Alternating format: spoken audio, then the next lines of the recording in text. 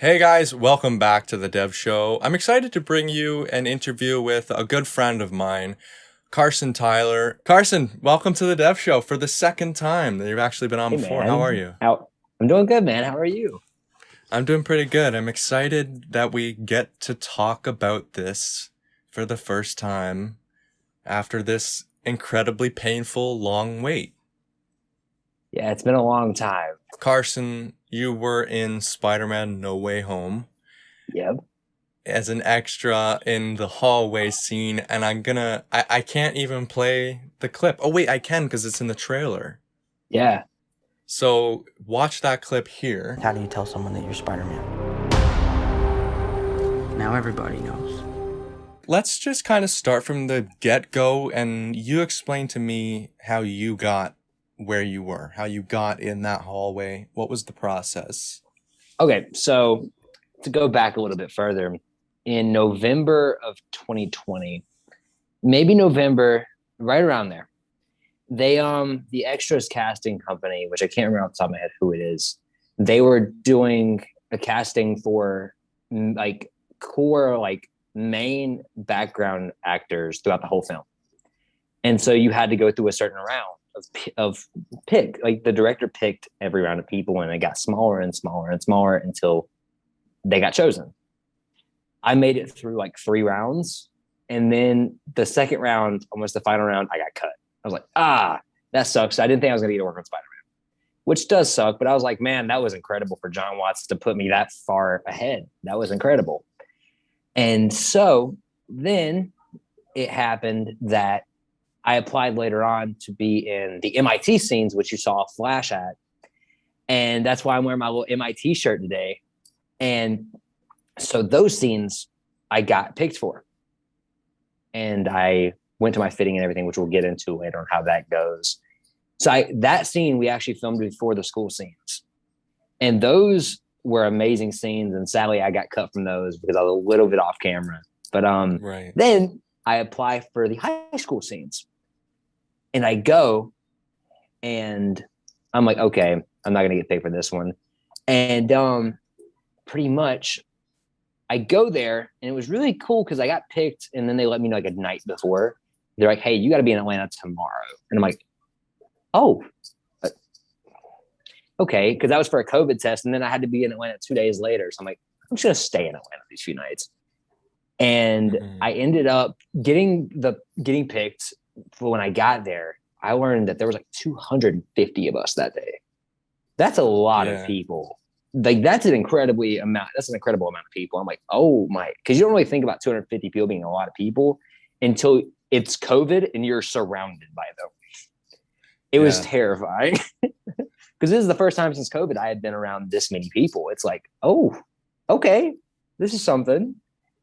What had happened was I had gotten on set. You had to take a COVID test when you got there as well.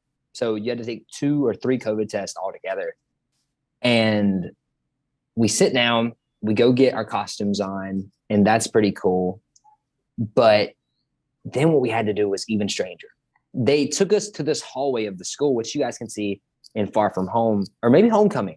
It was Homecoming. This is a cool behind the scenes fact. They used a different school in Far From Home. Which is really, it's really weird. It's really weird. I was like, man, I was watching Far From Home the other day, and I'm like, that's a different school completely than we filmed at. And that was interesting. So they take us there, and they place every little individual in this hallway. But it was really weird because at first, I wasn't placed in the hallway. I had a skateboard, and I was running through the hallway, which sadly did not make it in, but it was hilarious because there was like 4 people set up to like tell me to go.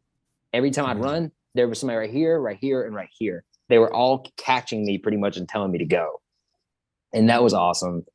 And so then later on that day, I got bumped up to a speaking role, but I'm sure we'll talk about that at some point because that part is the most interesting. Yeah. But that's how I got there. It was just a lot of just hoping and patience. Yeah. Did you know that it was Spider-Man that you were being signed on for? I had heard that it was Spider-Man, and I was hoping that it was Spider-Man, but I was not 100% sure. Right. All these big films filmed under code names, so it's not just like Spider-Man. For this film, it was Serenity Now, and it was quite interesting because even like just to touch on you were talking about Tom Holland, just to see him in person is like really surreal because it's like, man, that's one of the Spider-Man. What is this? And so it was crazy because I couldn't really comprehend that like, because I was like, what? That is crazy.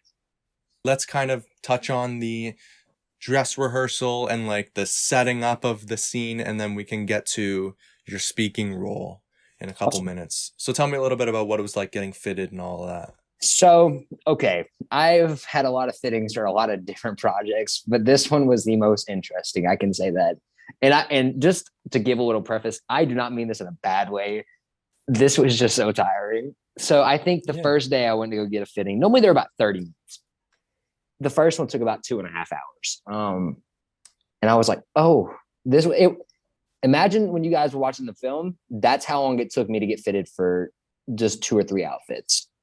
That's how long it took. Now I got to try on some of the coolest outfits I've ever tried on. Like they were doing different fittings and different clothes. And I got to try on so many cool clothes that you guys will never get to see. Yeah. And I hate it because some of the outfits I loved so much that I wish they would have let me buy them from them. Yeah. Like Marvel has some of the, like they have some of the biggest budgets. So they have some of the coolest clothes that I've ever seen.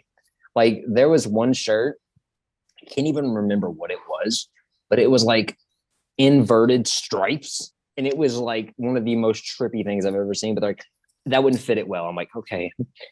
And so imagine just like, this is the way I compare it to having fittings. And I can't really speak for what people like Tom Holland's fittings are like, but for like, I know for the background, it's literally like going with your mom to the mall to go get clothes and you don't want to try anything on, but you have to try everything on. And yeah, that was pretty much what it was like. And they just kind of bring you more and more stuff. And then when you think you're done, it's more. But it was really fun. It was a lot of fun just getting to try on different clothes that you don't know whether they're going to be in a movie or not. So that was really cool. When you were in the hallway with all of those kids, what was the atmosphere like? Were kids kind of trying to push their way forward to be in frame? How did that all go down? So there was a lot of us. There was probably, I'd say 75 on each side. That's my guess. Maybe 100 on each side. It was a lot. It was a whole lot of people. And it was really stressful because this is the first big amount of people I've been around since COVID. And that was like, oh, this is a lot of people. And so I didn't really try and push forward to be seen in the scene because those are the kind of kids that I've seen get cut a lot in other productions because they're like trying so hard to be seen that it kind of makes it hard for them. Like there's one kid in the movie, I'm not even going to call him out because I don't think he did it on purpose, but he looked directly on the camera. And I was like, oh, this man just broke the fourth wall of Spider-Man. And I'm like, nice. Good job, kid. But I just kind of wanted to make the scene to be the best that it could be. And so I kind of just did whatever they told us to do. And but there was 2 people I wanted to be seen. It was either I wanted to be seen or I wanted them to be seen. So like one take, they would just go forward. One take, I would just kind of just do whatever they did. And I'm gonna tell a funny story in a second after this. But their names are Serge and Karina. Serge and Karina are like some of the coolest people you will ever meet. I swear, they are literally probably the nicest people that you would want to work with if you could work with them. Serge is a really cool dude that both of these people are the first time doing background and they were incredible at it. They were so professional. Didn't have to nobody had to tell them not to do anything. And so it was just incredible that they were they caught on so fast. And Karina and Serge and myself, we were all just big fans of Spider-Man. That's what I think brought us all together. We love Spider-Man. And so, and just Karina does dance and stuff, and Serge does music some. And it's just, they're both creative, and it's so incredible to see what they've done since then. And so I was like, they're going to do good. So I want them to be seen in this movie. It's their first time. If I don't get seen, I want them to be seen. And this before my speaking role. So I literally was giving up my chance of being seen in the movie so that they could. Because I Yeah. was like, man, there was one scene. I talked to Karina about this about a million times. Me and Karina were sitting there when they were doing one run tests, like felt like they were filming like a test scene, and I smacked her books out of her hand, and it made the loudest bang on the ground, but no one acknowledged it. And I was like, man, that would have been perfect. It was so funny because Serge is the only one who looked over, and I just wish that they would have used it. The footage is out there somewhere. Yeah. Literally, it's hilarious. Tell me about that So, experience. okay, I want to start at the very beginning where we were at. Yeah. So we were in the hallway with me, Serge, and Karina about to go to lunch. And this is a very childish meal, but I was so excited to have this peanut butter and jelly. I was honestly the most excited I've ever been for anything. And I don't really care for peanut butter and jelly most of the time. So then the same crew member that had me running around with the skateboard, they had been looking for me like 30 minutes to an hour. And he was like, where is the kid with the long hair at? And this girl was like, you mean him? And so I was like, oh my God, she just snitched me out. I don't know if I'm in trouble or not. I don't know what I'd be in trouble for. But I was like, well, I'm in trouble now, apparently, because they found me. But he was like, you're not going to lunch quite yet. And I was like, no. I was so upset by that statement. You honestly could have told me I was getting kicked off the set, how badly that hurt me. So then the stairway that Tom comes up with the whole mural and everything when he's coming back to school. Yeah. So that right there was me, him, another guy, and the dude behind us walk down that staircase, and then to the right and all the way down. And so it's about one story down. And then, so pretty much what had happened was the prop guy takes my skateboard. And so then he hands me this little statue, like a little prop. And I didn't know what I was doing still. And I'm like, okay. I was like, what is this? It was kind of like Tom whenever he was like, Toby, when he was like, the Avengers. That's so cool. What is that? What is that? What is that? Yeah. And so that's kind of the same reaction I had. I was like, this is amazing. But I really don't know what it is. So I was kind of looking at it myself. I'm like, oh, wow. And it said Liberty Smash on it, and it had the Hulk with a little trident. And so I was like, this is awesome. I'm like, what do I get to do this for? Do I just get to have this? Is this a gift bestowed upon me? Like, what am I doing? I look over and there's like another kid with one. He's just sitting there talking. And I'm like, his was dark. Like his was really dark. And there was no humor to it. This was not the Spider-Man I was just saying. This was dark. And I was like, oh, okay. This is nice. And so I'm like, I'm going to get a featured extra role, which I was incredibly excited for. I was like, man, this is amazing. And so then what had happened was right after they were done with his, they had told me to do nothing. They just told me to stand there. Then they put the camera right in front of me. There's one sound guy, if I can remember, and then John Watts. And then there's a dude with a clapboard that just has to snap it every time. He was incredibly nice. He didn't talk much, but he was really nice. And then John Watts was the one asking me all the questions. It was like for the school news. And so if you guys haven't gathered this yet, I had just been upgraded from background to a speaking role and not even realize it. So then I'm like, well, what do you want me to say? He's like, imagine you're like a hippie stoner guy and you're going to improv it all yourself. I'm like, oh, okay. This is a challenge. Okay. Never took improv classes, so this is not going to be easy. It's not going to just come off the cuff for me, but okay, you know what? We can do it. And so then I pretty much, they start asking me questions. And I remember they asked me like, so what do you think about you going to school with Peter Parker? And like how he's Spider-Man. I'm like, you ask me, it's pretty cool that I go to school with a superhero. And I was like, I just made that, and I just kept on saying these random things. And then at one point they started asking me about my little class project. And I'm like, you see those little abs right here? That's how the Hulk gets ladies. And then you see these googly eyes, and I shook them. And I'm like, that's how he moves his eyes. And I just kept on naming random things about the statue. And John Watts kept on laughing, and that was the best feeling in the world. That was so nice. I was like, I made John Watts laugh. I feel accomplished. And so then after that, pretty much what happened next was I asked the dumbest question ever. I'm like, hey y'all, got a question. What is this for? And they're like, the movie. And I'm like, oh, because I thought maybe it was for promotional use or something. And so I was like, oh, okay, that is incredible. And so then I give them my prop back very sadly. I was like, okay, you take it back now, I guess.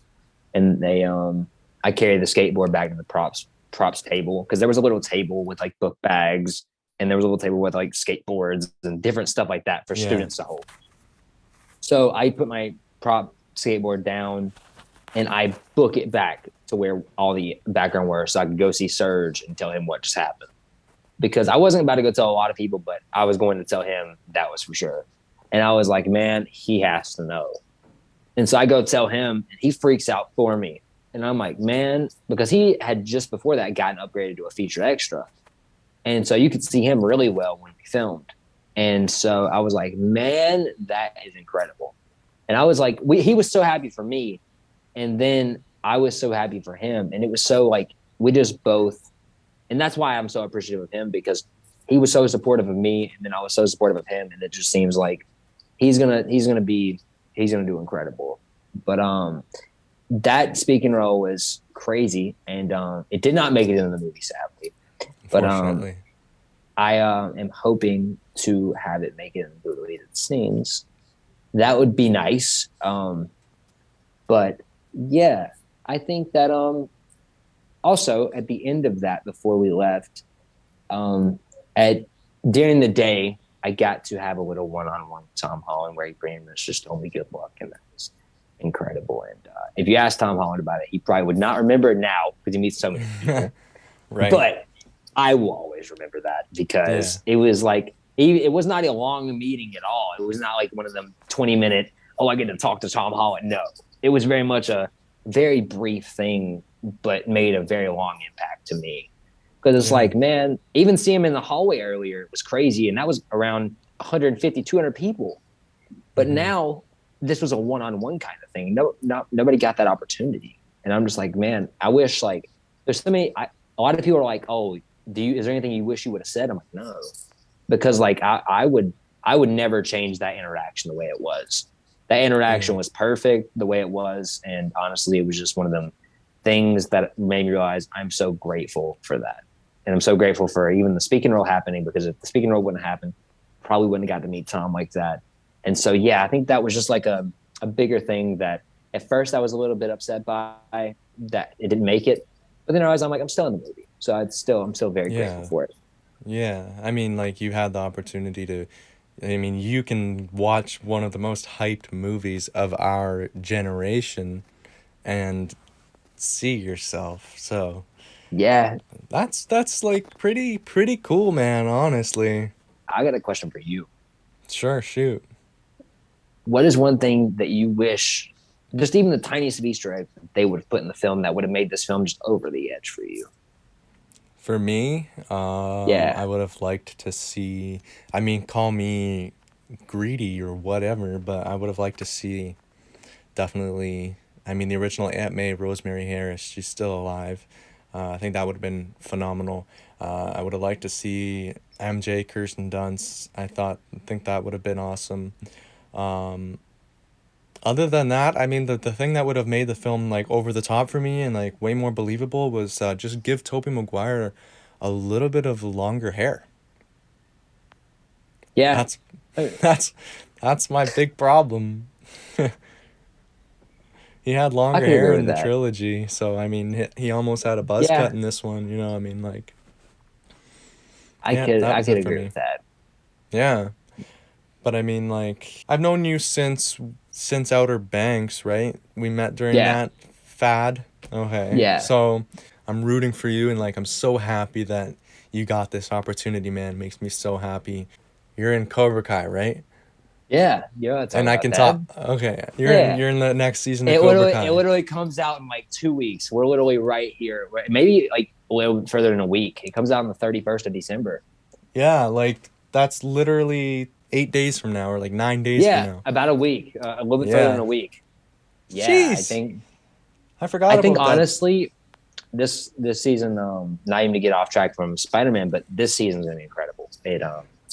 I didn't have a speaking role in it, but it was incredible as a director to just watch those Mm-hmm. guys direct Cobra Kai. Yeah. And to watch the cast do what they do, it's incredible. And I saw so many incredible things. And I think anybody who likes Cobra Kai this season is just going to fill you with joy. You're going to Oh love yeah. it. For sure.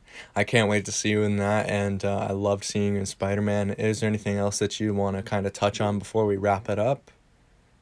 Um, I just want to say to anyone that really thinks that and I know it's kind of a cliche, but to anyone that either one lives in a small town or even lives in another country where acting is not a big thing, I want you guys to know that as someone who lives in a small town or even a state where acting in North Carolina, acting was a big thing at one point, but now it's not.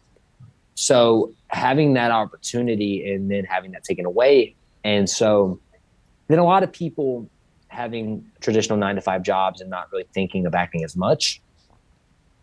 If you have any of those kind of people around you, I want you to know that you can do it, and all you have to do is work really hard and study really hard until you have those opportunities. Because the best thing you can do is work on your craft. And I know that sounds like something everybody would tell you, but that is honestly the best thing you could do. And so Mm-hmm. just make sure, don't let the environment around you affect what you want. Just choose your own path and what you want to do in life. It's deep. It was deep. I just think that a lot of people, I've heard a lot of stories of people stopping their dream because they wanted a more realistic goal. And I asked them, well, what does realistic mean? Because I feel like realistic means whatever you want it to mean. Because like I feel like Devin, I feel like interviewing, I feel like in your household, interviewing isn't probably a normalized job, correct? No, not really. Exactly. So I think that just because it's not normal does not mean it can't be your normal. And I Yeah. think that's something everyone should know. Yeah, for sure. I totally agree with you. And like an actor I talked with named Michael Dante. He was an actor in all kinds of things, Star Trek. The list goes on. Yeah. he said to me like, yes, treat your craft like a piece of art and make it what you want it to be, because once you know that you can walk onto the set and nobody can rock your boat, you can go into any role that you want, then you can, that's the best place that you can be. So even if you think that you're working for nothing, you are working for yourself and for your craft. And I totally agree with what you say. Yeah. Yeah. It's just something I feel like a lot of people let the other people's opinion break what they want. And I just wish that wouldn't happen as much. Yeah. Well, I mean, Carson, honestly, like, that's great advice. I try to follow that advice as well, and I really appreciate you coming on the show for the second time. I'm gonna do a Problem. little, yeah, no, I'm gonna do a little turn to the camera and say that you guys can check out Carson's first directorial debut. You can see No Return on YouTube. Just search up Carson's name and No Return. Check that out. That's super cool. A big accomplishment of the last year for you.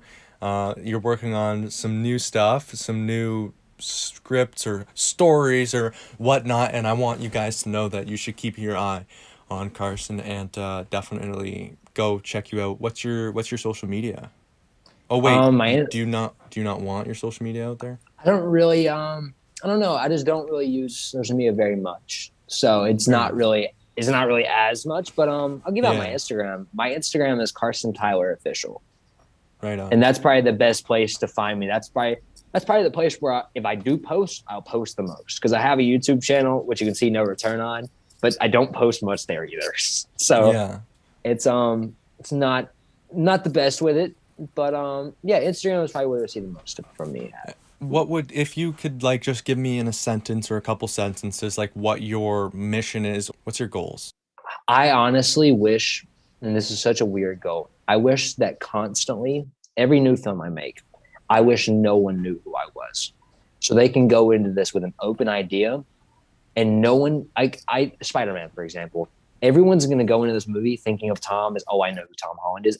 I wish that no one had knew who I was anytime. Like, I wish people who saw No Return just forget about it whenever my new one comes out. So then they can all go into it with an open mind, and they can be like, wow, this man did something I've never seen before, or something I've never seen before, because they're going to go into it like, oh, that's his style of directing. Okay. Yeah. I want them to be like, wow, that's unique. Yeah. And I want to show people that redoing something in a different way is not always bad, because people are afraid to fail if they try and redo something that's already been done. Just redo it in your own way. Like, if there's a comedy movie, if you like comedy, do comedy in a different way. I want to do these genres in a different way than people have seen them before. And I always just want to show people that that's okay. It's okay to be creative in your own way. Right on. Carson Tyler, everybody. Thank you for joining me. All right, man. Cheers.